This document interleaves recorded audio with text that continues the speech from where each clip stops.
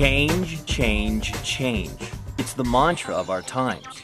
Managers and leaders at all levels of the organization are expected to execute more and more changes and to do it faster and faster.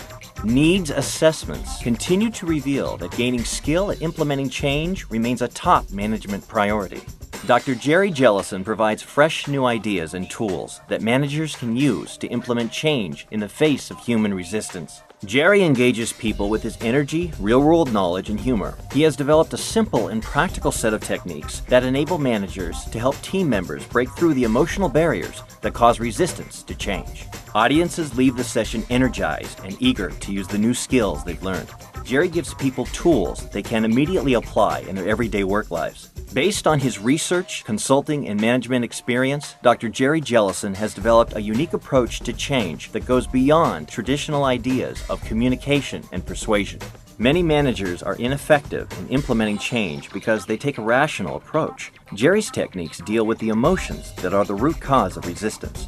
As described in his books, Overcoming Resistance, and the forthcoming Making Change Happen Fast, Dr. Jellison teaches managers how they can gain much more control over the human dimensions of change. We moved to an expensive part of LA about 10 years ago because the schools were getting bad in our old neighborhood. I was 11. My folks bought a condo that cost a lot more than our old house. They were always having trouble making enough money to get by, so we advertised for a roommate. My mom didn't want any male roommates because she didn't want to be alone with them in the house when Mitch or me weren't around. Mitch is my stepdad. My mom was worried that a strange man might be an axe murderer or a pervert. My mom likes to exaggerate things.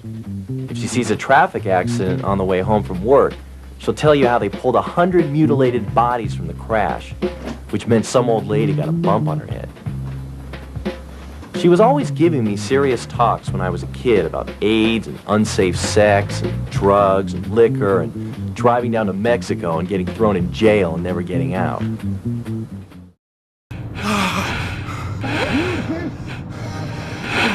you love me? What's going on? I forgot your papers. I'm just worried about you. Am I crying? Shit!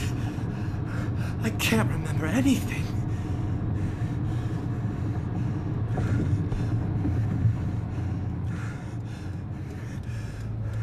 Who am I? Why am I driving on the freeway? Follow these directions, and you will find what you are looking for. Take the next exit.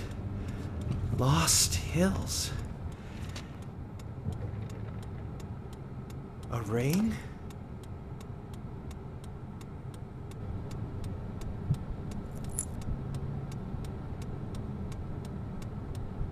R and H forever?